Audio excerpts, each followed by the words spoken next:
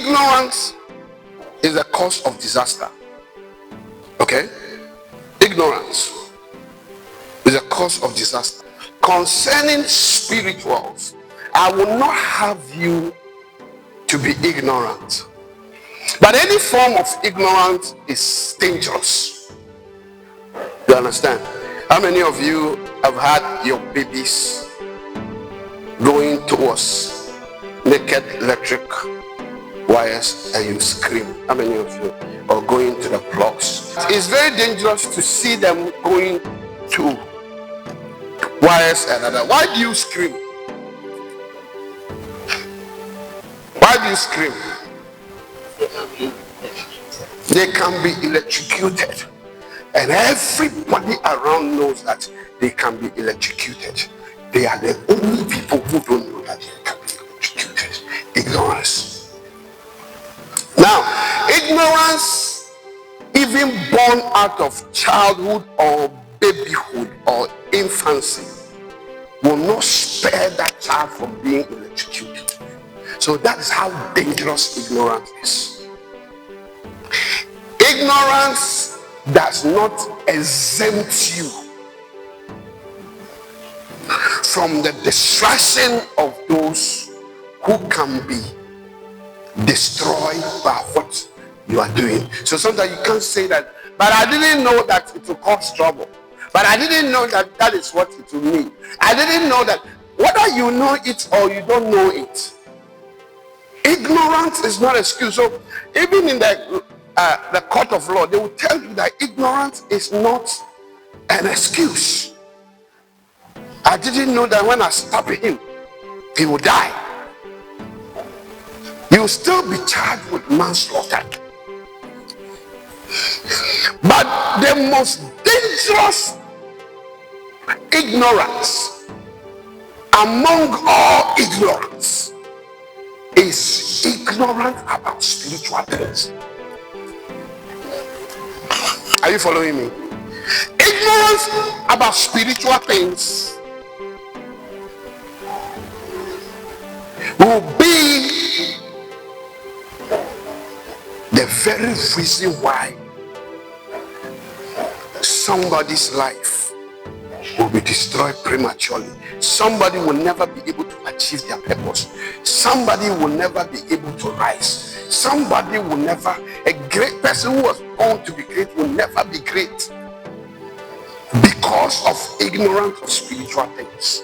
So Paul is saying that you can go around and be ignorant about everything, but I owe you this. Concerning spirituals, I will not have you to be ignorant. I will not have you to be ignorant is because it means that I'm going to make sure that I impose the knowledge of spiritual things on you. Hello? Yeah, because you owe yourself as a parent to let the child know that fire can burn him if he put his hand in it, right? You have to impose that knowledge on that child. Sometimes you impose that knowledge with beating. You get it? Yeah. Because if you are a very typical African mother or African father, you can say that a sinner obehu session. You understand? When you burn there, you will learn sense. In some other jurisdiction, a sinner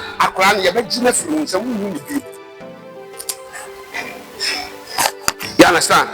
If you let your child burn, I saw a child so burnt, and the parent was saying that it's not our fault. Yeah, you remember that hospital at the this little fine small boy. I said, you haven't gone to jail, eh? If we're somewhere, this hospital will call police for you. The fact that you say it's not your fault means that you should go to jail and learn sense. Because if a mother and a father and a baby, 2 years, baby are in the house, and the baby get bent and is the fault of the baby, and he was born by animals. Yeah. was very angry with them. I was going to my hospital. They were not coming to the hospital. Why is it banned? And they say it's not their fault. It's whose fault? It's whose fault? Whose fault could that be? Hallelujah. Is somebody with me? They say it's not, but it's not our fault. What happened? When you pass here, then you pass here. When you pass here, then you pass here. There's nothing you will tell this boy that he will understand. Yeah. And that one, I said it in my head. I didn't say it to them. I said, see, Mumu. Sometimes those who can take care of children are not having one, and those who don't deserve one get some. You understand? You know. But ignorance of a baby will not exempt the baby from being there. So Paul said, the greatest of all ignorance is spiritual ignorance. Good to see. It's all ignorance. It's spiritual ignorance. That is the greatest of all ignorance.